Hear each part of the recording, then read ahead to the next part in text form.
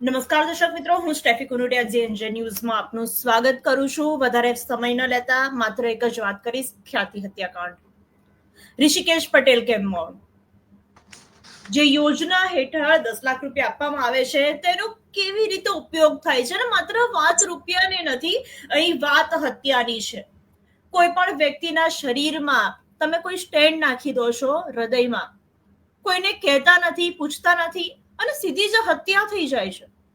ચોક્કસપણે હું હત્યા શબ્દનો ઉપયોગ કરી રહી છું, કારણ કે કોઈ પણ દર્દીના સગાવાલાની સિગ્નેચર લીધા વગર, સહી લીધા વગર, પરમિશન લીધા વગર તાત્કાલિક રીતે આ જે સ્ટેન્ડ નાખી દેવામાં આવે છે, એન્જિયોપ્લાસ્ટી કરી દેવામાં આવે છે અને રૂપિયા 16 કરોડ ની ઉપરની અમુક રકમ છે તે ચૂકવાઈ ચૂકી છે।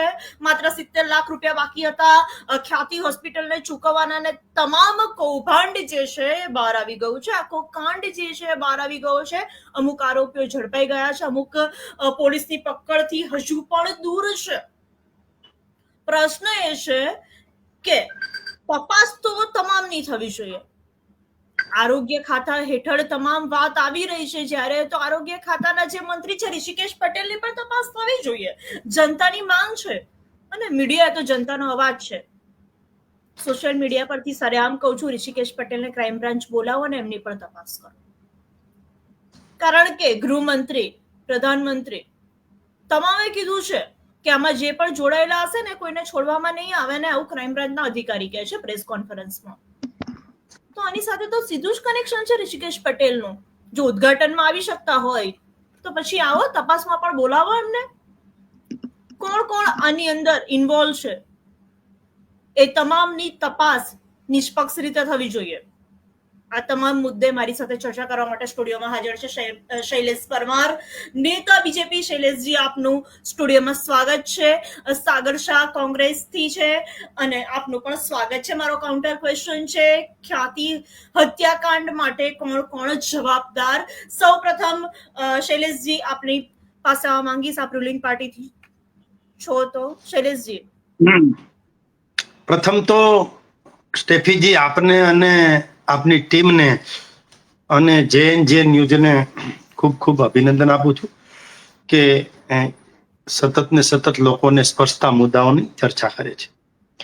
જે બનાવ બન્યો છે, જે ખ્યાતિ હોસ્પિટલમાં ધૃણાસ્પદ, જેને કહેવાય કે મેડિકલ જગતને શર્મસાર કરતો, જે ડોક્ટરનું ભગવાનનું બીજું સ્વરૂપ માનવામાં આવે એવી જે હોસ્પિટલનું કામ છે, અને સરકારી યોજનાનો લાભ જે લેવાનો હોય એના બદલે ગેરલાભ લેવાની જે યોજનાઓ અને જે કૃતિઓ કરી છે એ ખરેખર નિંદનીય છે। ખ્યાતિ હોસ્પિટલના કારણે અને એમાં જે કાંઈ ખોટું થયું એના કારણે જે પરિવારના વ્યક્તિઓ અવસાન થયું છે એમને પણ અમે શ્રદ્ધાંજલિ આપીએ છીએ। ઘણા ડોક્ટરો સારું કામ કરે છે, પરંતુ અમુક આવા ખ્યાતિ હોસ્પિટલના જે ડોક્ટરો છે, એ માનો કે ડોક્ટર જીવરાજાણી હોય, ચિરાગ રાજપૂત હોય, પ્રતિક બ્રહ્મભટ્ટ હોય, અંકિત પટેલ હોય, રાહુલ જૈન હોય કે મિલિંદ પટેલ હોય કે તમે એમ સ્ટેફીબેન હમણાં વાત કરતા હતા, એમાંથી કોઈ પણ હોય, એ પદાધિકારી હોય કે ટ્રસ્ટી હોય કે કોઈ પણ હોય, તમામ ઉપર પગલા લેવાશે ને લેવાશે। પગલા લેવાનું ચાલુ પણ કરી દીધું છે, પણ મોતનો મલાજો રાખવો જોઈએ અને મોતનો મલાજો રાખી અને તમામ વાત વિપક્ષે પણ કરવી જોઈએ। ભારતીય ન્યાય સંહિતા જે બીએનએસ આવી છે એની કલમ 100, 105, 136 અને 61 તળે કામ પણ થયું છે અને એના કારણે ધરપકડો પણ થઈ છે અને પૂછપરછ પણ થઈ છે। એસએએફયુ એટલે કે સ્ટેટ એન્ટી ફ્રોડ યુનિટ, એના દ્વારા 95 જેટલી હોસ્પિટલોની મુલાકાત લીધી હતી, એમાં 5 જેટલી હોસ્પિટલોને સસ્પેન્ડ કરી છે, 20 કરોડનો દંડ કર્યો છે। એમાં માલિક, સંચાલકો, ટ્રસ્ટી, ડોક્ટર સહિત તમામ ઉપર પગલાઓ લીધા છે। આ એક કેશલેસ યોજના હતી, આયુષ્યમાન કાર્ડ, એ ખૂબ જ રામબાણ સમાન દર્દીઓ માટે હતું। મધ્યમ વર્ગના દર્દીઓ, ખાસ કરીને ગરીબ અને મધ્યમ વર્ગના દર્દીઓને ખૂબ રાહત થતી હતી। એવા 20 કરોડ જેટલા કાર્ડ આપણા દેશમાં નીકળ્યા છે, એમાંથી 4.5 કરોડ એટલે 4 કરોડ અને 75 લાખ જેટલા 35 લાખ જેટલા લોકોને સારવાર પણ મળી છે। કેટલાય લોકોને આ યોજનાથી લાભ પણ થયો છે, પણ મેં કહ્યું એમ એક ડોક્ટર જે છે એ ભગવાનનું સ્વરૂપ હોય, એ ભગવાનના સ્વરૂપને મોહરું પહેરી અને પાછળ જે કૃત્ય કર્યું છે, જે ગુંડાગીરી કરી છે, અસામાજિક તત્વ જેવું કામ કર્યું છે, અને લોકોને જેને કહેવાય કે પગમાં દુખે છે, ઘોટણ દુખે છે, એને એન્જિયોપ્લાસ્ટિક એન્જિયોગ્રાફી કરવાની આવે, એટલે આમાં તપાસ થઈ રહી છે. તપાસ માત્ર ડોક્ટરોની નહીં, તપાસ ગામડાના જે 19 જે હોસ્પિટલો છે એના ડોક્ટરો અને તમામની તપાસ થઈ રહી છે. અને આ જે ખ્યાતિ હોસ્પિટલ છે એવી કેટલી હોસ્પિટલને બ્લેક લિસ્ટ પણ સરકારે કરી છે. આરોગ્ય મંત્રીશ્રીએ તરત જ ચિંતા વ્યક્ત કરી હતી, અને તરત જ બીજા દિવસે એ ચૂંટણીમાં હતા મહારાષ્ટ્રમાં, ત્યાંથી પણ આ દુર્ઘટના બની, એ ખ્યાતિની દુર્ઘટના બનવાના તરત જ એ અહીંયા પહોંચી ગયા હતા. પરંતુ આપની વાત સાથે હું સહમત છું, આમાં કોઈ પણ હશે એને છોડવાના મતમાં સરકાર સેજ પણ છે નહીં. એફઆઈઆર કરી છે, અને એફઆઈઆર પણ કોણે કરી છે? પરિવારે નહીં, જે પીડિત છે એને નહીં, પણ સરકારે, આરોગ્ય વિભાગે અને સરકારે, પોલીસે ફરિયાદ કરી છે. એફઆઈઆર સરકારે નોંધી છે. રાજકીય ઓથ કોઈનો નથી. તરત જ અમારા આદરણીય પૂર્વ નાયબ મુખ્યમંત્રી નીતિનભાઈ પટેલ પણ મીડિયા સમક્ષ આવીને કહ્યું હતું કે આવા ડોક્ટરો જે છે એ ધૃણાસ્પદ છે. આવા ડોક્ટરોની તમામ જે કામગીરી છે એની તપાસ થવી જોઈએ, અને તપાસના અંતે જે ડોક્ટરના મોહરા પાછળ બેઈમાન લોકો છે એને જેલના સળિયા પાછળ નાખવા જોઈએ. 13 ગામો અને 150 મેડિકલ કેમ્પ જે થયા છે, આજુબાજુના ગામોના સરપંચો એ પણ સંકળાયેલા છે, અધિકારી સંકળાયેલા છે, પદાધિકારી સંકળાયેલા છે. તમામ ઉપર પગલા લીધા છે, લઈશું અને લેવાવાના છે. વિરોધ પક્ષ પાસે જવા માંગુ છું. કોણ જવાબદાર? જી સાગરજી. મોતનો મલાજો હોય મેડમ, હત્યાઓ માટે હાહાકાર થશે. મોતનો મલાજો હોય મેડમ, કસાઈઓએ કરેલી હત્યા માટે હાહાકાર કરવો પડે. જે હોસ્પિટલની અંદર કોરોના કાળમાં કોઈની પાસે રૂપિયા નતા, નોકરી નથી, કામ નહોતું, એ વખતે 2021માં ભરપૂર સેકન્ડ વેવ ની અંદર લાખો કરોડો અને 47 લાખ મોત જ્યારે ભારત દેશમાં થયા છે, ત્યારે 500 કરોડના ખર્ચે બનેલી આ કોરોના કાળની હોસ્પિટલની અંદર 2022 ની અંદર પણ આવી જ રીતે અનેક કેમ્પ કરીને, અનેક ઓપરેશન્સ કરીને એ દર્દીઓને, એમના સગાઓને અંધારામાં રાખીને મોટા મોટા કૌભાંડો થયા છે. છતાં પણ જે હોસ્પિટલની અંદર આ પીએમ યોજના દ્વારા અને બીજી અનેક સરકારી યોજનાઓ દ્વારા 70% ગયા વર્ષનું ટર્નઓવર 11 કરોડ રૂપિયા, જેમાંથી 70% માત્ર સરકારી યોજનાઓનું ટર્નઓવર, અને 2022માં આ જ હોસ્પિટલમાં થયેલી કૌભાંડ અને 500 કરોડના ખર્ચે બનેલી કોરોના કાળની હોસ્પિટલમાં જ્યારે ભારતીય જનતા પાર્ટીના નેતાઓ નરહરી અમીનથી માંડીને બધા જ મોટા ભાગના નેતાઓ જ્યારે ઓપનિંગમાં ગયા છે, આજે જ્યારે આ મીડિયા દ્વારા આટલો બધો આ કાંડને એક હવા આપવામાં આવી છે, મીડિયામાં એને લેવામાં આવ્યો છે, ત્યારે તમે આખા ગુજરાતમાં ડ્રાઈવ કરી રહ્યા છો. ખેડાથી લઈને દરેક જગ્યાએ કે દરેક હોસ્પિટલમાં તપાસ કરવામાં આવી રહી છે કે પીએમ યોજનામાં પહેલા થયેલા ઓપરેશનોની અંદર કઈ કામ થયું છે. તો આ જ હોસ્પિટલમાં 2022માં થયેલા કૌભાંડ પછી 2024 સુધી 2 વર્ષ સુધી તમે કેમ ચૂપ રહ્યા? તમે કેમ કોઈ ડ્રાઈવ ના કરી? અને 5 મિનિટની અંદર પરમિશન મળી જાય છે, ઇમરજન્સી ઓપરેશન છે એમ કહીને. દર્દીનું જો કાર્ડ ના બનેલું હોય, સામાન્ય માણસ કાર્ડ કઢાવવા જાય પીએમ યોજના માટે તો એને કેટલા ધક્કા ખવડાવવામાં આવે છે. પરંતુ જો એ હોસ્પિટલના બિછાને બેઠેલો છે, હોસ્પિટલને ફાયદો થઈ રહ્યો છે, તો એનું કાર્ડ એ જ હોસ્પિટલ દ્વારા માત્ર 5 મિનિટમાં બની જાય. તમારું પીએમ કાર્ડ 5 મિનિટમાં બની જાય, ઇમરજન્સીના નામે તમને એપ્રુવલ મળી જાય. પ્રાઇવેટ હોસ્પિટલોમાં સરકારી યોજનાઓના કેમ્પ એક નહીં 25 કેમ્પની પરમિશન એક સાથે મળી જાય, અને 70% પ્રોફિટ, 70% કમાણી આવી હોસ્પિટલોની સરકારી યોજનાઓમાંથી થાય, તો સ્વાભાવિક છે કે કોઈ પણ જાતની તપાસ વિના 5 જ મિનિટમાં બધું થઈ જતું હોય, અને કોઈને પણ કોઈ પણ દર્દીના સગાવાલાઓને કંઈ પણ પૂછ્યા વગર પથરીની તકલીફ હોય, ગેસની તકલીફ હોય, બીજી કોઈ પણ સામાન્ય તકલીફ હોય, આંગળીઓ ધ્રુજતી હોય, તો તમે એન્જિયોગ્રાફી નહીં, સીધું ઓપરેશન એન્જિયોપ્લાસ્ટી કરી નાખો, તમે સ્ટેન્ટ નાખી દો અને જીવતા જાગતા હરતા ફરતા માણસોને દર્દી, અધમરા અને મરદા બનાવી દો, તો મોતનો મલાજો ના હોય. મોત માટે હાહાકાર થવો જોઈએ. આ લોકોને છૂટ આપી એમ્પ્લોઈઝને, પહેલા એમને ખબર પડી કે એફઆઈઆર થવાની છે, ત્યાં સુધી કોઈ તપાસ ના થઈ, કોઈ વસ્તુને લેવામાં ના આવી, જપ્ત કરવામાં ના આવી. ઈડી ઇન્કમ ટેક્સના અધિકારીઓ આવે છે તો 5 મિનિટની અંદર તમારા ઓફિસની અંદર બધું બંધ કરી દે છે. બે મૃત્યુ થયા, તમે કોઈના મોબાઈલ જપ્ત ના કર્યા, તમે કોઈના લેપટોપ જપ્ત ના કર્યા, એમને છૂટ આપી, એ લોકો ભાગી ગયા, ઉદયપુર ગયા, રાજમંસદ ગયા, જયપુર ગયા, પછી એમના ઓળખીતા પાળખીતાના લાખો કરોડો રૂપિયાના માલિકોના ફાર્મ હાઉસમાં રહ્યા. અને હવે જ્યારે પકડાયા છે ત્યારે ખબર પડી છે કે બધો ડેટા વોશ આઉટ કરી નાખ્યો છે.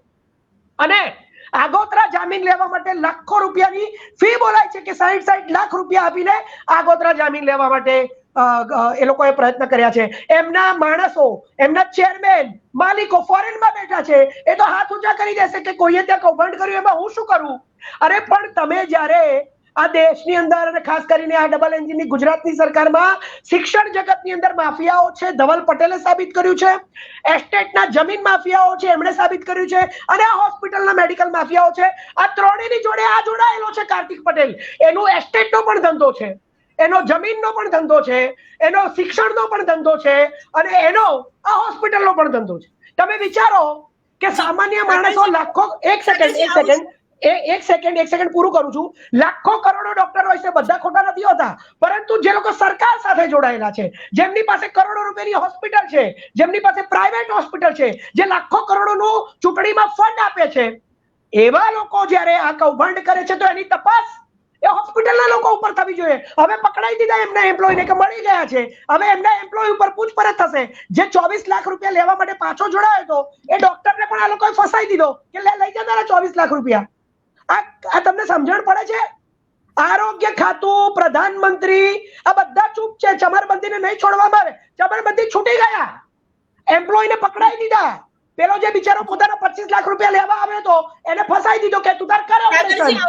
સાગરજી આપની પાસે આવું છું. શૈલેષજી, જુલાઈ મહિના 2022માં તેલાવ ગામમાં ખ્યાતિ હોસ્પિટલ દ્વારા મેડિક્લેમ કરવામાં આવ્યો હતો, મેડિકલ કેમ્પ, અને ત્યાર પછી આ જ પ્રોસેસ દ્વારા એક વ્યક્તિની એન્જિયોપ્લાસ્ટી કરી દેવામાં આવી હતી ને તેમનું મોત નીપજ્યું હતું. ને એ વ્યક્તિએ પોલીસ સ્ટેશનમાં ફરિયાદ પણ કરી હતી, પણ પોલીસે કોઈ જ કાર્યવાહી નથી કરી. એ જ વખતે કાર્યવાહી થઈ ગઈ હોત ત્યારે પણ આરોગ્ય ખાતું ચૂપ જ હતું. હજી પણ તમે એ જ કહેશો કે સરકાર કામ કરે છે. એકચ્યુઅલી આ 2022 થી ચાલે છે, 2022માં કરી નાખી હોત કાર્યવાહી તો આજે આ દિવસ ના જોવો પડ્યો હોત. શૈલેષજી, મ્યુટ છે તમારો માઇક.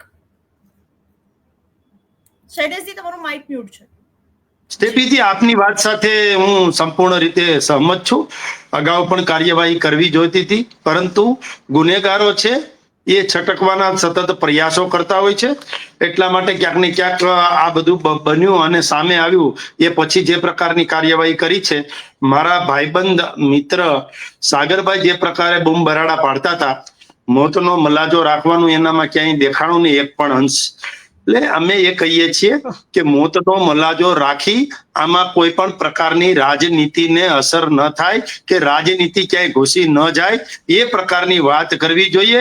અમે પણ કહીએ છીએ કે જે પરિવારના ઘરમાંથી કોઈ વ્યક્તિ ગયા હોય એને ખબર પડે કે કેટલી વિશેષો થાય. આપણે બધાએ માત્ર ને માત્ર વાતો કરવી છે, પરંતુ સરકાર જે પ્રકારે કામ કરી છે કે જો માનો કે બીમાર હોવાનું કારણ બતાવી અને તેઓની તંદુરસ્તીની ચિંતા થાય કોઈ પરિવારને, એટલે પરિવાર પાસે જાય તો કે ભાઈ એન્જિયોગ્રાફી કરાવવાની છે, તાત્કાલિક એન્જિયોપ્લાસ્ટી કરવાની છે, એટલે પરિવારને ચિંતા થાય તો એવું કરાયું હોય, પણ પછી ખબર પડી કે આ તો બધું ખોટું હતું, આમાં ક્યાંક ને ક્યાંક ફ્રોડ હતું. હવે ભાઈ મારા વાત કરતા હતા કે નાની નાની માથે ક્લાર્ક, પરિવારને તો કીધું જ નથી ને. પ્રશ્ન જે છે, પરિવારની તો સહી નથી લીધી હોસ્પિટલે. આપણે પ્રશ્ન જે છે ને, પરિવારને જાણ કર્યા વગર કરી નાખી છે એન્જિયોપ્લાસ્ટી. તમે સમજ્યા? હા, પરિવારને જાણ કરી કે નથી કરી, પરંતુ ત્યાં જઈ અને કેમ્પ જ્યારે કરતા હતા ત્યારે એવું કહેવામાં આવતું હતું કે તમારા પરિવારના જે વ્યક્તિ છે, દર્દી છે, એને એન્જિયોપ્લાસ્ટી કરવી પડશે, નહીતર આમ થશે તેમ થશે, એન્જિયોગ્રાફી કરવી પડશે, નથી કરવાની, આવે એમ નથી, એમ છતાં પણ કરી. અને અમુક પરિવાર છે એમને ખબર પણ નથી, દર્દીને પણ ખબર નથી, અને અમુક જે પ્રક્રિયાઓ કરવાની હતી, અમુક સર્જરી કરવાની હતી એ કરી છે. એ ક્યાંક ને ક્યાંક વ્યાજબી નથી. પરંતુ PMJY યોજના જે છે, પ્રધાનમંત્રી આયુષ્યમાન કાર્ડ જે છે, મા કાર્ડ જે છે, એ કેશલેસ યોજના છે, સમગ્ર કેશલેસ યોજના છે. એમાં ક્યાંય પૈસાની લેતી દેતી સીધી નથી થતી, કેશ નથી થતું. હવે અત્યારે આપણે પેપરલેસ આવી ગયું છે, અત્યારે તો પછી કેશલેસ પદ્ધતિ પણ આવી ગઈ છે, પણ એમાંથી પણ ક્યાંક છીંડા ગોતી અને આ હોસ્પિટલ જે કરતું હતું. પરંતુ બીજા કેટલાય ડોક્ટરો સારા ડોક્ટરો છે, કેટલી હોસ્પિટલ સારી છે, કેટલાય દર્દીઓ જે જરૂરિયાતમંદ લોકો છે એને પણ આ યોજનાથી ફાયદો થયો છે. અને કોંગ્રેસના નેતા જે પ્રકારે રાડો પાડતા હતા, પરંતુ મારે એ કેવું છે કે ભાઈ, તમે માત્ર ને માત્ર રાડો પાડો છો, તમે બીજું કશું કરી શકો એમ નથી. જે કાંઈ કરવાનું છે એ સરકારે કરવાનું છે.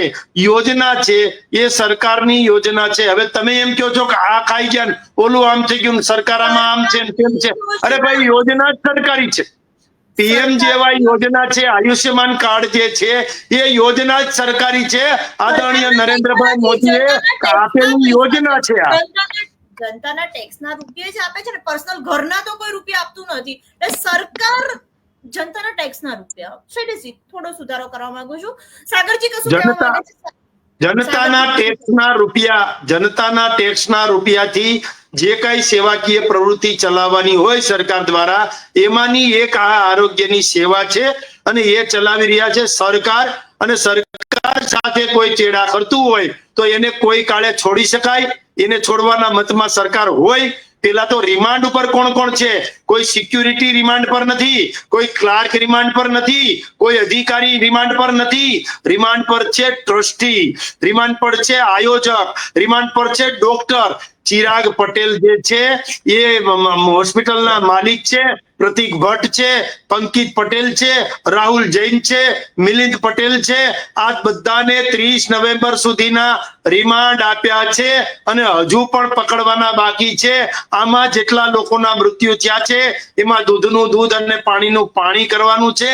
450 જેટલા ડોક્ટરોને પણ પૂછપરછ કરી છે.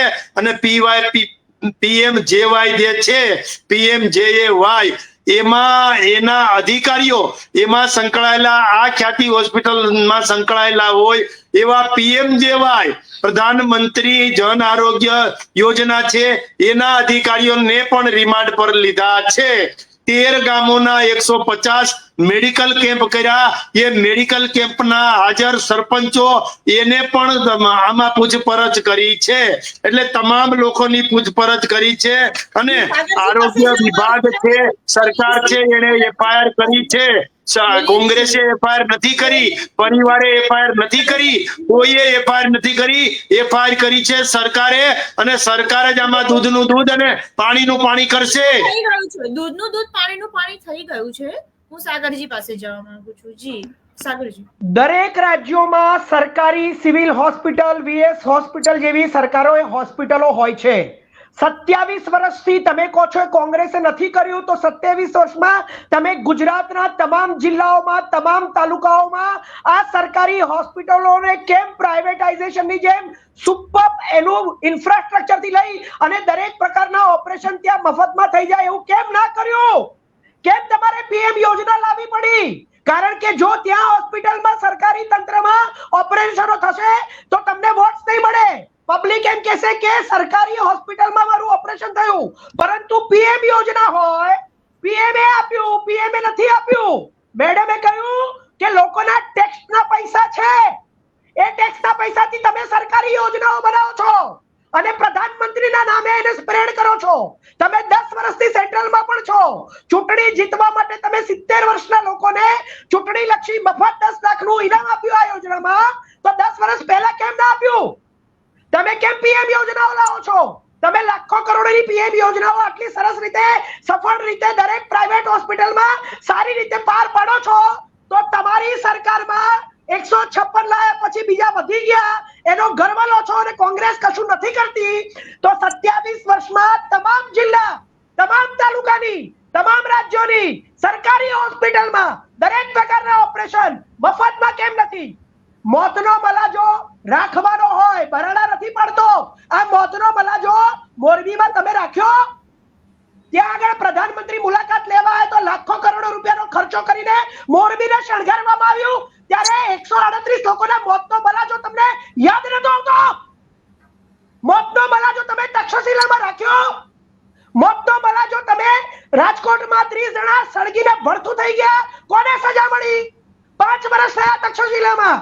હરણી બોંડકાળમાં નવરાત્રીમાં બેક ટુ બેક બળાત્કાર અને અત્યારે 24 કલાકમાં 4 બળાત્કાર, એક ભાવનગરમાં, એક અમરેલીમાં અને 2 અમદાવાદમાં.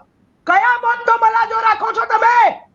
આ મોત ઉપર પ્રધાનમંત્રી મુલાકાત લેવા નથી આવતા, કોઈને મળવા નથી આવતા, અને આવે તો એમના માટે રગરોગાટ થાય છે. તમે મને કહો છો મોતનો મલાજો? મોતનો મલાજો પ્રધાનમંત્રી એવું કે છે કે કોઈ માણસનું મૃત્યુ પામે ને તો મને એટલું દુઃખ થાય કે મારી ગાડીની નીચે આવીને કૂતરું મરી જાય ને તો જેટલું દુઃખ થાય ને એટલું. આ તમારા પ્રધાનમંત્રી મોતનો મલાજો આખા દેશની વચ્ચોવચ 700 કિસાનોના મોત પછી રાખે છે. જી શૈલેષજી, પાછા વળી જાઓ.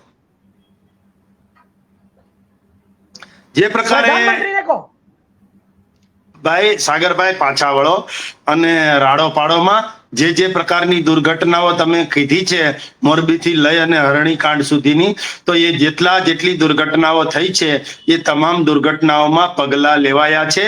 દુર્ઘટનામાં જે લોકો દોષિત છે એ કદાચ જયસુખ પટેલ હોય કે એ કદાચ સાગઠિયા હોય, એ તમામને હું વચ્ચે નથી બોલ્યો.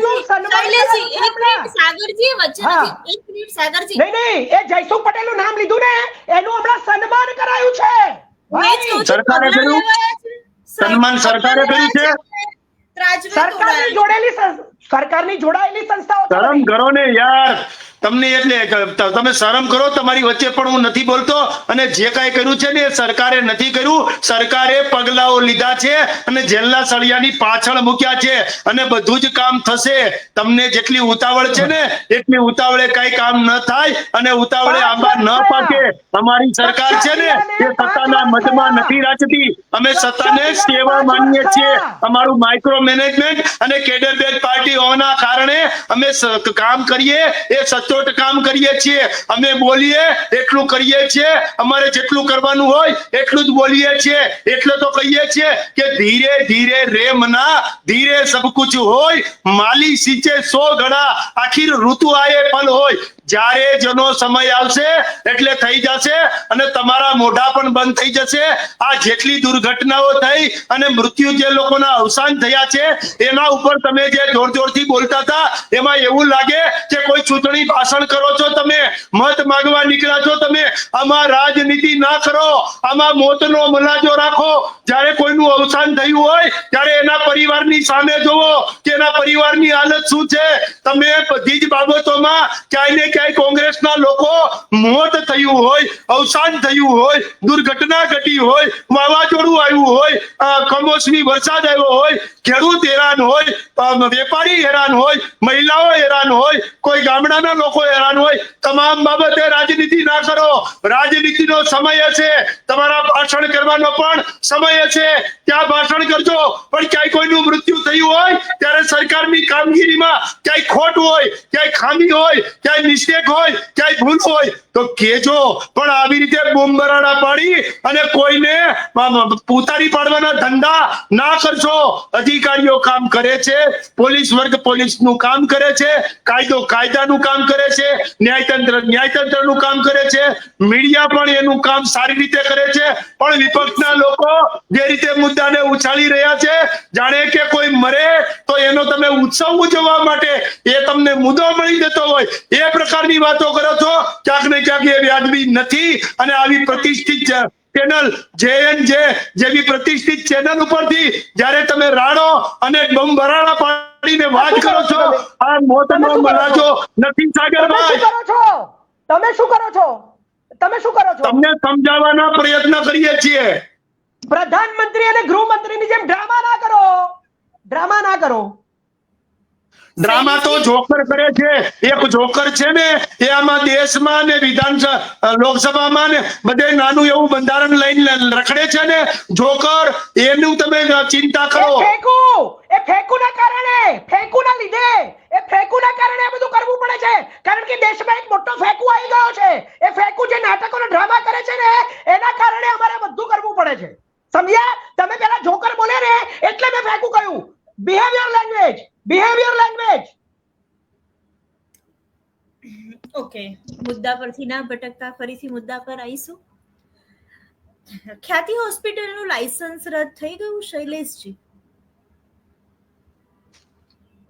હા, એને બ્લેકલિસ્ટ કરી છે અને એને આગામી બ્લેકલિસ્ટ પણ કરી છે ને એનું લાયસન્સ પણ રદ કર્યું છે.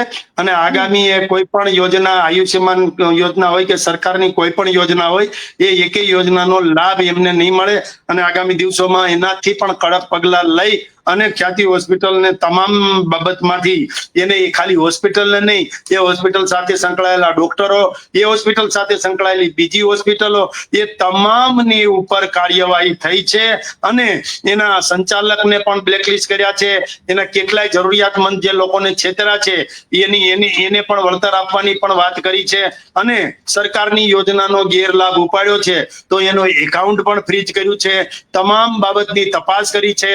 ધરાતલ અને ગ્રાઉન્ડ ઝીરો ઉપર જઈ અને ટીમ, જે સરકારની ટીમ છે એને કામ કર્યું છે. અને કોંગ્રેસ આવી બાબતો જે છે એને રાજનીતિ ન કરે એવું પણ અમે કહ્યું છે. ને નીતિનભાઈ પટેલે પણ છડેચોક કહ્યું છે કે જેઓનું દુઃખદ અવસાન થયું છે એ પરિવારને સાંત્વના આપવાને બદલે કોઈ રાજનીતિ ના કરે. ડોક્ટરના મોહરા પાછળ જે અસામાજિક તત્વો અને બેઈમાન લોકો જે છે એના ઉપર સરકાર પગલા લઈ રહી છે. હજુ કડક પગલા લેશે. હજુ તો આ ટ્રેલર છે, ફિલ્મ હજુ બાકી છે, પિક્ચર હજુ બાકી છે. જો પૈસા માટે કરતા હોય તો તમે તમારું પેટ ફોડી નાખો. આવી પણ વાત કરી છે કે ડોક્ટરોને કહ્યું છે કે માત્ર ને માત્ર દર્દી પાસેથી પૈસા લેવાની વાત ન કરો. પૈસા તો બીજે બધેથી પણ કમાવી શકાય. ડોક્ટર જે છે ને એને ભગવાનનું બીજું સ્વરૂપ માનવામાં આવે છે. ડોક્ટર ઉપર વિશ્વાસ, પોતાની માં ઉપર વિશ્વાસ હોય એટલો ડોક્ટર ઉપર વિશ્વાસ હોય છે. અને આ વિશ્વાસ તોડવાના કારણે અન્ય કેટલાય ડોક્ટરો જે છે એમની ઉપર પણ લાંછન લાગ્યું છે. અને મેડિકલ જગત છે એને શર્મસાર કરી દીધું છે. મેડિકલ જગત ઉપર જે વિશ્વાસ હતો, વિશ્વાસનું જે મુંગટ હતું, એ મુંગટ ઉતારવાનું કોઈ કામ કર્યું હોય તો આવી ખ્યાતિ હોસ્પિટલ જેવી હોસ્પિટલોએ કર્યું છે. આયુષ્યમાન ભારત યોજના જે છે એ ગરીબ દર્દીઓ, મધ્યમ વર્ગના દર્દીઓને ફાયદારૂપ છે.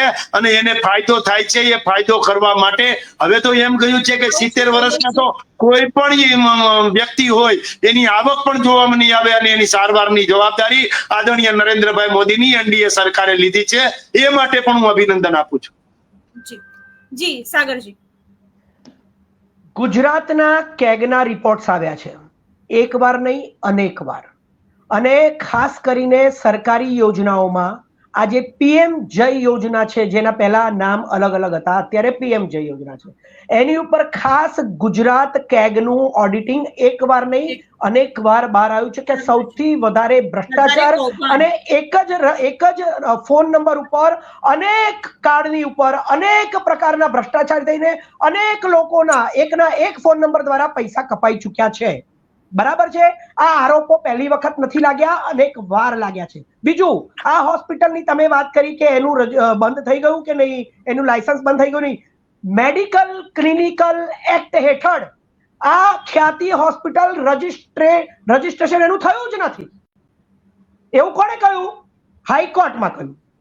તો આ ઇલીગલ પ્રકારની હોસ્પિટલ છે, કારણ કે મેડિકલ ક્લિનિકલ જે એક્ટ હોય છે એની અંદર એનું રજીસ્ટ્રેશન નથી થયું. અને સરકારી યોજનામાંથી 70% અહીંયા વર્ષોથી પ્રોફિટ થાય છે. તો આ સરકાર 70% પ્રોફિટ જ્યારે એક હોસ્પિટલમાં થતો હોય તો આ હોસ્પિટલની 4 વર્ષથી બનેલી હોસ્પિટલ કોરોના કાળથી જ્યારે કૌભાંડ થયું ત્યારે કેમ તપાસ કરે છે, જેનું ક્લિનિકલ રજીસ્ટ્રેશન નથી થયેલું એક્ટમાં? શું કહેશો બધું શૈલેષજી? કૌભાંડિયું છે, બધું કૌભાંડિયું. કે છે કે આમાં કૌભાંડ થયા છે આ યોજનામાં. એ જ યોજનાની 70% પ્રોફિટ આ હોસ્પિટલમાં થાય છે. આ જ હોસ્પિટલ મેડિકલ એક્ટમાં રજીસ્ટર્ડ નથી. બધું જ. શૈલેષજી, શું કહેશો? જો આ કૌભાંડ આવ્યું ને, આ દુર્ઘટના બની અને જે અવસાન થયા એ દુર્ઘટના પછી ખ્યાતિનું જે કૌભાંડ આવ્યું ખ્યાતિ હોસ્પિટલનું, એ પેલા સ્ટેટ એન્ટી ફ્રોડ યુનિટ જે આના ઉપર કામ કરે છે એમણે મેં પેલા પણ કહ્યું 95 થી 100 જેટલી હોસ્પિટલોની મુલાકાત અગાઉ લીધી હતી. આ સામે આવ્યો ને કિસ્સો એ પેલા, અને એમાં 5 હોસ્પિટલોને સસ્પેન્ડ કરી છે અને 20 કરોડનો દંડ ફટકાર્યો છે. એટલે આ કામ પેલા પણ થતું હતું. અને આરોગ્ય બાબતે કે માનવ જિંદગી બાબતે કોઈ પણ ડોક્ટર હોય કે કોઈ પણ લોકો હોય, માનવ જિંદગી બાબતે કંઈ પણ કરશો તો એ ટાંકી લેવાના મતમાં અમે નથી.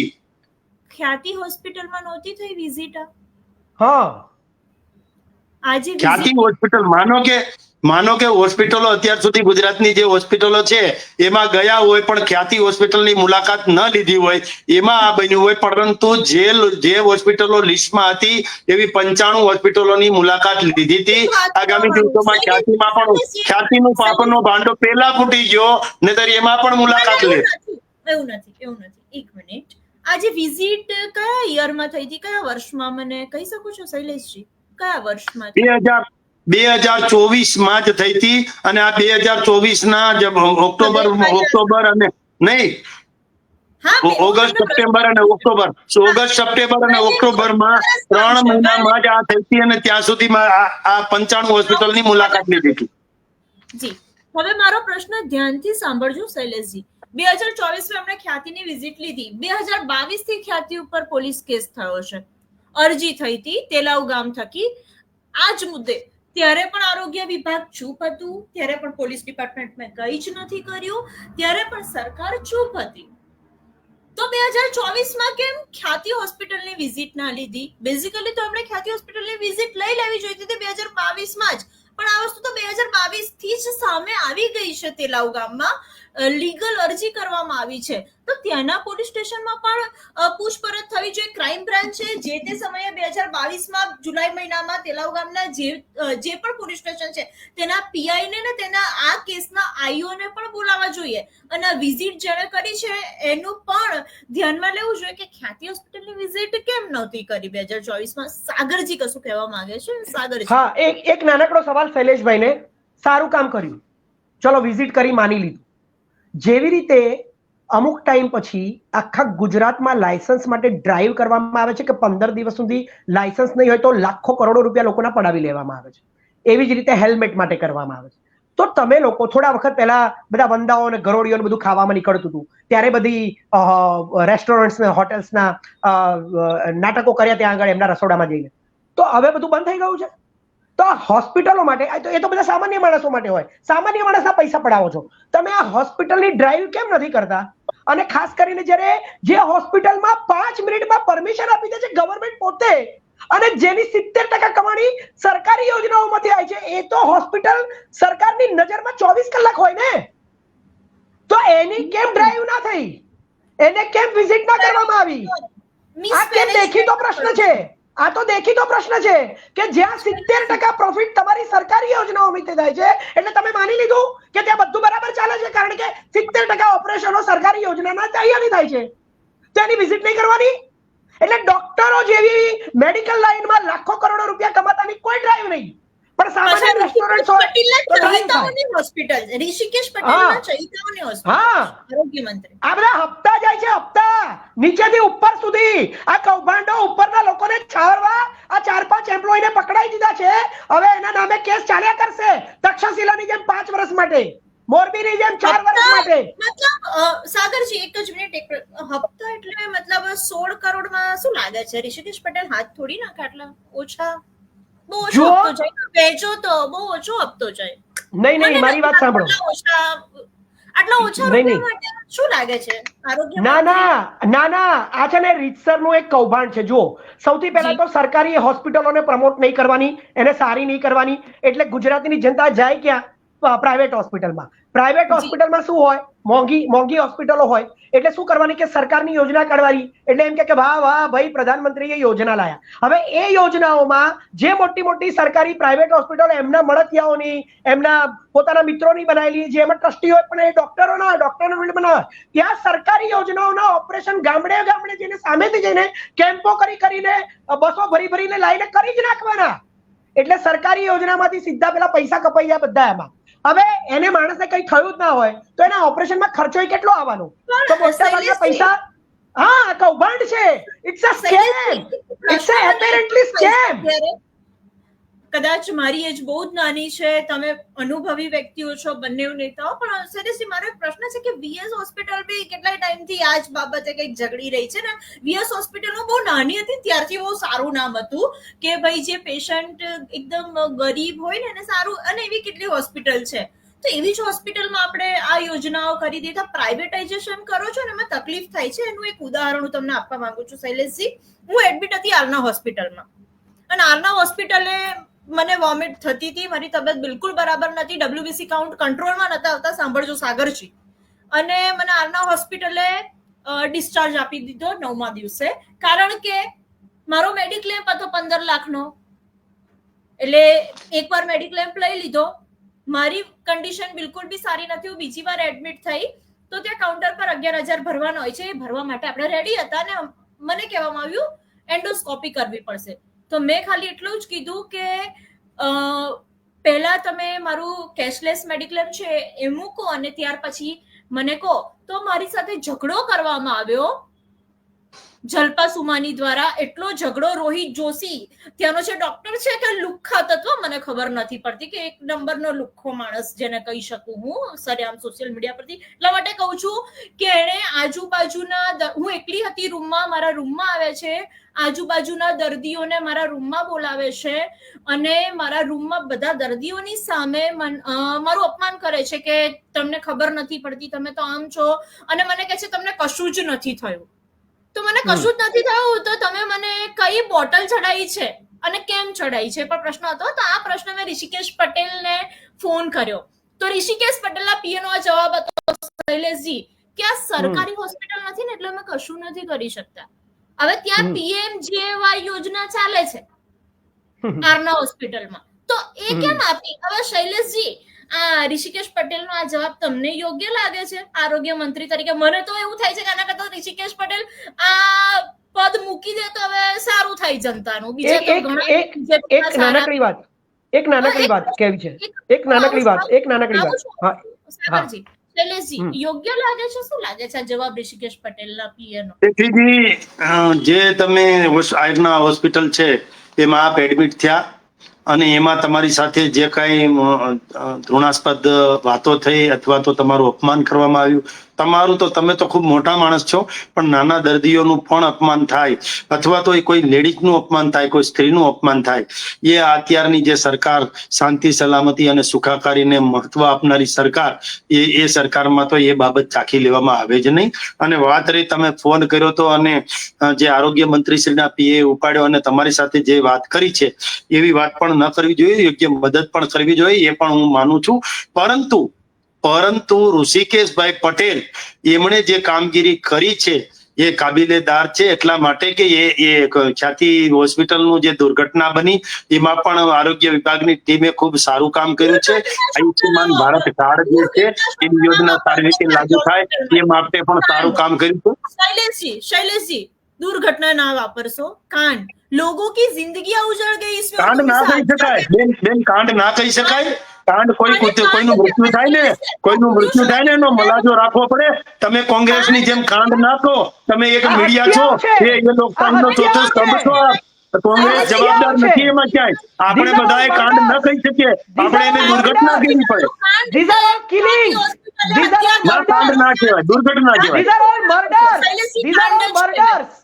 મારે એક નાનકડી વાત આ કહી છે. હત્યા છે. જુઓ, જે એક કાંઈ માનો મૃત્યુ થાય, માનો કે ખ્યાતિ હોસ્પિટલે કહ્યું છે એ દુર્ઘટના છે, એ દુર્ઘટના તમે એને કાંડ ના કાંડમાં પરિવર્તિત કરો તો એ ક્યાં કેટલા અંશે વ્યાજબી? માનો કે મોરબીમાં બનાવ બન્યો છે તો એ દુર્ઘટના છે, એને કાંડ ન કહી શકાય. હરણીમાં જે બનાવ બન્યો છે તે દુર્ઘટના છે, એને કાંડ ન કહી શકાય. એ કોંગ્રેસના શબ્દો છે, એવા કોંગ્રેસના શબ્દો આપણાથી યુઝ બેન, ના એક થાય, સેકન્ડ. એવા બેન, એક શબ્દોનું સેકન્ડ. ચયન આપણાથી ન બેન, થાય એક સેકન્ડ. બેનજી. એક નાનકડી વાત એક નાનકડી વાત સાગરજી આવું છું.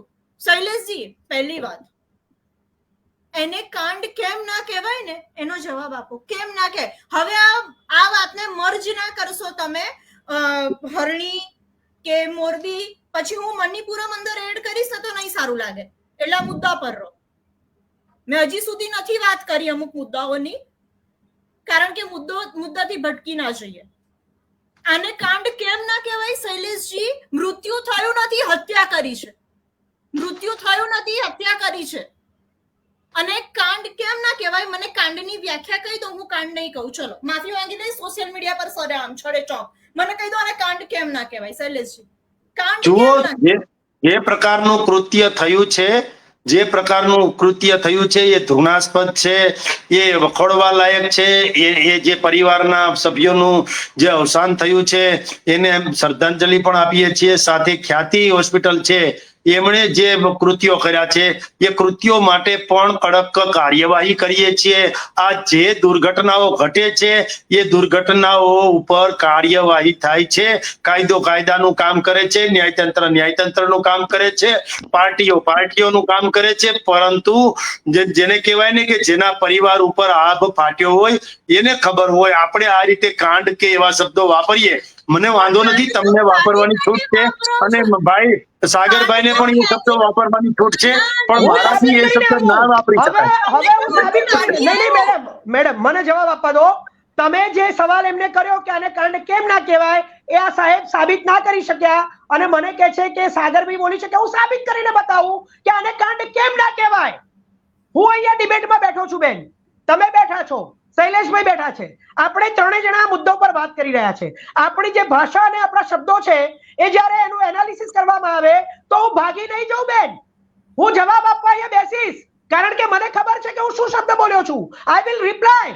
વાય ધીસ પીપલ બધા કેમ જતા રહ્યા, કેમ ભાગી ગયા અઠવાડિયા સુધી, કેમ આગોતરા જમીન માટે લાખો રૂપિયાની ફી આપવા માંગતા હતા, કેમ તમે મોબાઈલ વોશ આઉટ કરી નાખ્યા, કેમ તમે સબૂતો ડિલીટ કરી નાખ્યા.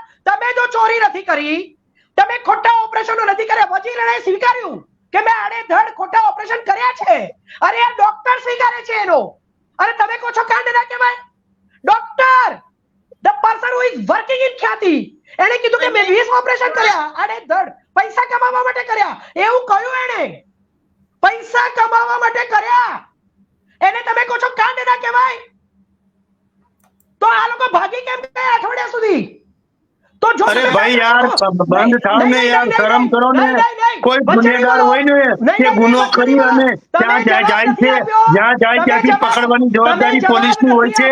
પોલીસ પકડે છે, ગૃહ વિભાગ કામ કરે છે. અરે એ કેમ ભાગી ગયા એ તો એના રિમાન્ડ ઉપર પૂછવામાં આવશે કે ભાઈ તમે કેમ ભાગી ગયા. તો પૈકડા કોને? એ ભાઈ પાછા વળો ભાઈ, પકડા કોને? આ ગુજરાતની સરકારે પકડા છે, એ કોંગ્રેસ પાર્ટીએ પકડી નથી આપ્યા. એ ગુજરાતના ગૃહ વિભાગે પકડા છે, પોલીસે પકડા છે, સરકારે પકડા છે, અને એ મહાન મહેનતે પકડા છે. એ કઈ સામે ચાલી આવી નથી, સામે ચાલી જ નથી આવ્યા. બેન તમે એમને કહો, મારે વધારે નથી કરવું. પાછા આવવાનું શરમ કરો ને યાર, વચ્ચે વચ્ચે પાછા મારો છો, ફાકા ફોજદારી કરો છો. આ સરકારે પકડા છે, પોલીસે પકડા છે, કોંગ્રેસે પકડી નાખ્યા છે. મોતનો મલાજો રાખો, મોતનો મલાજો રાખો, મોતનો મલાજો રાખો, બૂમો ના પાડો. જુઓ મારી વાત સાંભળો. જે માણસ પોતાની જગ્યાએથી હલીને આગળ ગયો હોય ને, ખોટું કામ કરીને આગળ ગયો ને, એને પાછા આવવાનું હોય. હું મારી રાઈટ જગ્યાએ બેઠો છું એટલે મારે પાછા આવવાની જરૂર નથી. આ માણસ જે કાર્તિક પટેલ છે એ વિશ્વ પ્રસિદ્ધ જગન્નાથ મંદિરનો ટ્રસ્ટી પણ છે. એટલે એવું લાગે કે વાહ ભાઈ વાહ, આ તો હિન્દુત્વના માણસ છે, હિન્દુત્વવાદી છે, હે હિન્દુ ધર્મનો પ્રચાર કરે છે. સમગ્ર ભારત દેશ હિન્દુત્વવાદી છે ભાઈ, સમગ્ર ભારત દેશ સનાતની છે. તો સનાતની હોય કે કોઈ પણ હોય, એમાંથી ગુનેગાર છે ને, એ ગુનેગારને કોઈ જાતિ નથી હોતી. તમે શું વાતો કરો છો યાર? કે ક્યાં છે ને ક્યાં નથી એનાથી આ જે દુર્ઘટના બની છે, આ જે ગુનો કર્યો છે, એને કોઈ મતલબ નથી. નથી બોલતો, હું તમારામાં વચ્ચે નથી બોલતો. શાંતિ રાખો. હું શું કહેવા જાઉં છું, જે માણસ જગન્નાથ મંદિરનો ટ્રસ્ટી છે, એ જગન્નાથ મંદિરમાં 75 વર્ષમાં ક્યારેય એના ખજાનામાં ચોરી નથી થઈ, પરંતુ આ લોકોની સરકારમાં પદ્મનાભ મંદિરથી લઈ અને આ જગન્નાથ મંદિરમાં ચોરી થઈ છે. એના ટ્રસ્ટીઓ છે આ લોકો, બરાબર છે? ભૂમાફિયા છે આ લોકો, એજ્યુકેશનના માફિયા છે આ લોકો, અને આ હોસ્પિટલોના માફિયા છે, અને ભાગી જાય છે. તમે સાચા છો, તમે ચોરી નથી કરી, તમે આડેધડ ઓપરેશન નથી કર્યા, તમે પૈસા કમાવા માટે નથી કર્યા, તો જવાબ આપો ને, જવાબ આપો. સાગરજી એક મિનિટ. શૈલેષજી, મારો પ્રશ્નનો જવાબ તો મને હજી નથી જ મળ્યો કે કાંડ કેમ ના કહેવાય ને. કાંડ આપણે જે લોકોના અવસાન થયા છે ને, એ લોકોના પરિવાર માટે નથી વાપરતા, આપણે ખ્યાતિ હોસ્પિટલ માટે વાપરીએ છીએ. તમને કેમ આટલું લાગી આવ્યું ખ્યાતિ હોસ્પિટલનું કે કાંડ ના કહેવાય? ભાઈ, કોઈના મૃત્યુ થાય ને તો મૃત્યુનો મલાજો રાખવો પડે. ખ્યાતિ હોસ્પિટલે જે કામ કર્યું છે ને એ ધૃણાસ્પદ છે, એના માટે કાંડ કહી શકાય, એમાં ના નથી પાડતો. પરંતુ કોઈનું મૃત્યુ થાય ને ત્યારે આવા શબ્દો બોલવા એ વ્યાજબી નથી. ખ્યાતિ હોસ્પિટલ ઉપર પગલા લેવાવાના છે ને લીધા છે, એટલે એને હજુ પણ કડક પગલા લેવાના છીએ. હજુ એને કોઈ દિવસ સપનામાં પણ વિચાર ના આવે એવા કામ કરવાના છીએ. અમે જયારે કોઈની ધરપકડ કરી અને પછી જયારે કોર્ટમાં રજૂ કરતા હોય ને, ત્યારે જે લોકોએ ખોટું કર્યું છે, અસામાજિક તત્વ છે કે આવા જે મૃત્યુના બનાવમાં સંકળાયેલા છે, એ જયારે ઉતરતા હોય કોર્ટમાં જતા હોય ને, ત્યારે બેનની ચાલ જોજો, કુકડા ચાલ થઈ જાય છે. કુકડા ચાલ થઈ જાય નો મતલબ કે ટ્રીટમેન્ટ થઈ છે. ટ્રીટમેન્ટ પણ પોલીસ વિભાગ કરતું હોય છે, અને જયારે રિમાન્ડ લેવાય ને ત્યારે એને બધું જ બોલવું પડે, એ પ્રકારની ટ્રીટમેન્ટ લેતા હોય છે. એટલે આમાં બધું કામ થતું હોય છે, પણ ધીરે ધીરે બધું થાય. શૈલેષજી, આ ધીરે ધીરે માંથી 2022 થી 2024 આવી ગયું ભાઈ. આ ધીરે ધીરે માં તો આ કાંડ થઈ ગયો. એટલે કાંડ શબ્દ પર તમે મને એમ ના કહેશો કે કાંડ શબ્દ ના વાપરો. ખ્યાતિ હોસ્પિટલ નું અરે વાપરો, તમે વાપરો, સાગરભાઈ વાપરે, બધા વાપરો. ખ્યાતિ હોસ્પિટલ ને કવર ના કરશો ને એટલે ગુસ્સે ના થશો. એટલે કાંડ કર્યો છે તો કરે છે, ઉપરથી તમારે કેવું જોઈએ કે કાંડ કરી નાખ્યો છે, કારણ કે રૂપિયા સરકારના, તમારા લોકોના 16 કરોડ રૂપિયા લઈ ગયા સરકારના. લો, તો કાંડ ના કર્યો? તમને લોકોને ખબર પડી? નાક નીચેથી લઈ ગયા 16 કરોડ રૂપિયા. હું કરી લીધું કહો? ધરાતલ ઉપરની વાત નથી, એટલે એ વાતની અંદર ક્યાંય જવાય નહીં. એવું કારણ કે જે કાંડ નથી. સરકારી તિજોરીને નુકસાન પહોંચાડ્યું, એ સરકારની તિજોરીને નુકસાન. બેન, હું આપની સાથે છું, તમારી વાત સાથે. કાંડ જ છે. તમે એને ગમે તેટલું કહો કે આ કાંડ નથી, એનાથી એ સાબિત નથી થતું, તમે મને કાંડની વ્યાખ્યા કહી દો કે આને કાંડ કહેવાય, તો હું માફી માંગી લઉં. કોને કાંડ કહેવાય શૈલેષજી? દારૂ કાંડ કહેવાય, જુગાર કાંડ કહેવાય, આ કાંડ કહેવાય. તમે એટલી આ બધી આટલી એમ નહીં કહેવાનો મતલબ, કોઈનું મૃત્યુ થાય તો એ દુર્ઘટના થઈ ગણાય, અને કોઈનું મૃત્યુ થાય તો એની મલાજો રાખવો પડે. ભલે કશો વાંધો નહીં, પરંતુ ગુનેગાર જે ખ્યાતિ હોસ્પિટલ ગુનેગાર છે અને છે એના ઉપર પગલા લેવાવાના છે. મારી વાત સાંભળો, 100% હું એગ્રી. મૃત્યુ થાય ને તો હંમેશા દુર્ઘટના કહેવાય, અને એ બદલ તો હું ખરેખર ખૂબ જ દુઃખની લાગણી અનુભવું છું. પણ અહીંયા વાત મૃત્યુની નથી, અહીંયા વાત હત્યાની છે. હે ને? વાત હત્યાની છે ને, અને હત્યા કહેવાય અને મૃત્યુ થયું ના કહેવાય. એ લોકો સિરિયસ નતા, એ લોકોને જાણી જોઈને પૈસા કમાવા માટે છે ને આ ખ્યાતિ હોસ્પિટલના લાગતા વળગતા અને સરકારના લાગતા વળગતાઓએ મોતના મુખમાં હોમી દીધા છે, ખાલી રૂપિયા કમાવા માટે, એ લાલચ, નોટોની લાલચ માટે. અને એટલે આ કાંડ છે. અને કાંડ કેમ કહેવાય ને, એની માટે હું એક આખી બુક ભરીને લખી શકું છું ને, સતત 24 કલાક બોલી શકું છું. એટલા માટે આને કાંડ કહેવાય. મોતનો મલાજો મને પણ છે, મોતનો મલાજો મને પણ છે, અને એટલા જ માટે હું મારું બૂમ લઈને એ લોકોના ફેમિલીના પ્રશ્નો નથી પૂછતી. ને જો કોઈ મીડિયા સવાલ પણ કરે ને તો ખૂબ જ મોતનો મલાજો જાળવીને કરે છે સવાલ. આ મોતનો મલાજો મને પણ છે, અને એટલે જ આજે મારો અવાજ, જે અવાજ મારો ડિબેટમાં હોય છે ને, નથી. શૈલેષજી, કદાચ તમે તો મને બહુ સારી રીતે ઓળખો છો ડિબેટમાં, ઠીક છે, તમે બીજેપીના પ્રવક્તા છો, કદાચ તમારી ફરજમાં પણ આવે છે કદાચ કવર અપ કરી લો ખ્યાતિ હોસ્પિટલને, પરંતુ કાંડ એ કાંડ જ છે. ના ખ્યાતિ હોસ્પિટલને કોઈ જાતની બાંધછોડ કરવાની થતી નથી. સ્ટેફીબેન, હું આપની વાત સાથે એમાં સહમત છું કે ખ્યાતિ હોસ્પિટલને ક્યાંય છોડવાના મતમાં છીએ નહીં. એની સાથે સંકળાયેલા અ બ ક એ કદાચ નાની માછલી હોય, મોટી માછલી હોય, મગરમચ્છ હોય કે હિપોપોટેમસ હોય, તમામને ઉપર કડક કાર્યવાહી કરીશું. કોઈને છોડવાના મતમાં સરકાર નથી. જે કાયદો લગાવશે એ પણ સરકાર લગાવશે. એફઆઈઆર કરી છે એ પણ સરકારે કરી છે, બ્લેકલિસ્ટ કરી છે એ પણ સરકારે કરી છે, પકડ્યા છે એ પણ સરકારે પકડ્યા છે, રિમાન્ડ લીધી છે એ પણ સરકારે કરી છે. ન્યાયતંત્રનું કામ કરશે, સરકારનું કામ કરશે. સાગરભાઈ જેવા જે લોકો છે એ મોતનો મલાજો રાખ્યા વગર બૂમ બરાડા કરશે. તમારી જેવા જે મીડિયા જે છે એ લોકશાહીનો ચોથો સ્તંભ છે, એ પારદર્શક ચાલી અને આ ખ્યાતિ હોસ્પિટલ જેવી બીજી હોસ્પિટલ ઊભી ન થાય એનું પણ ધ્યાન રાખશે. એટલે મીડિયાનું કામ મીડિયા પણ કરે છે અને એ સારી રીતે કરે છે. વિપક્ષનું કામ જે કરવાનું છે, દૂધમાંથી પૂડા કાઢવાનું, એ સાગરભાઈ કરે છે. એમાં સૌને કામ સોંપેલું છે. એટલે સાગરભાઈ પાસે હમણાં કઈ કામ છે નહીં. તો કામ ન હોય તો આવું બધું દૂધમાંથી પૂડા કાઢવાનું શરૂ કરે, તેમાં વાંધો નથી. આપણે જી ચોક્કસથી વધારે ટાઈમ ના હોય તો આ ડિબેટને અત્યારે અહીંયા અલ્પ વિરામ આપીએ છીએ. શૈલેષજી, સાગરજી, આપ સ્ટુડિયોમાં હાજર રહ્યા તે બદલ બેહદ ધન્યવાદ. ફરીથી મળીશું. નમસ્કાર.